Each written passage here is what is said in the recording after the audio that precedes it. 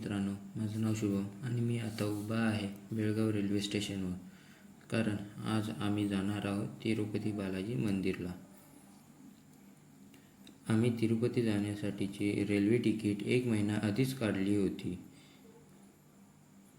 तर आमची ट्रेन आज 3:40ला बेळगाव रेल्वे स्टेशनवरून होती.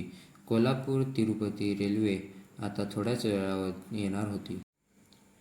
सकाळी 8 वाजता कोल्हापूर तिरुपती रेल्वे ही तिरुपतीमध्ये पोचते. तर जाता जाता मधीच आम्हाला काही पुतळे दिसले जे की रेल्वे स्टेशनवरती होते. तर तिथे मी काही फोटो काढले आणि ट्रेनमध्ये जाऊन बसलो.